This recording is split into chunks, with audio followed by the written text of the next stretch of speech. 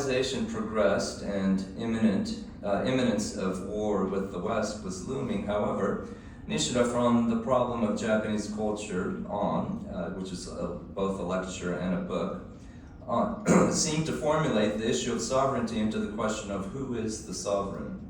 To counter the sense of the superiority of the West, Nishida hoped that through Japan's contribution, East and West can be regarded as complementary to realize a fuller humanity than realized in the world market under British dominance or with European colonialism. Critiquing the Eurocentric vision of universal history that advances towards Western modernity, Nishida hoped that Japanese agency can open up a new and truly globalized world, no longer dominated by Western empires. Japan's task is to uncover the formative principle of the world. That would be a principle of complementarity. Nishida required of Japan to plumb the depths of both Western and Eastern cultures to grasp the root from which they sprang.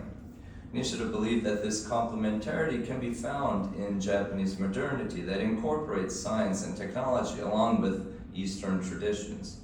He warned against xenophobic exclusionism or the reactionary revivalism that would reject modern science. The inherent formlessness and flexibility of Japanese culture was to enable its construction.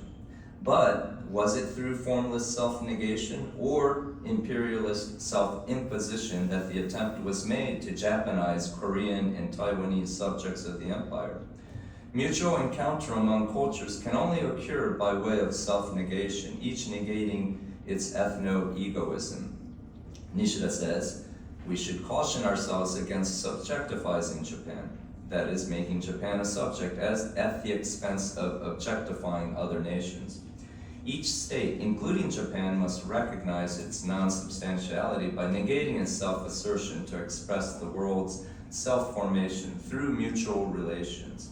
He adds, however, that this does not mean Japan must stop being a historical subject, insofar as it has a world historical role to play.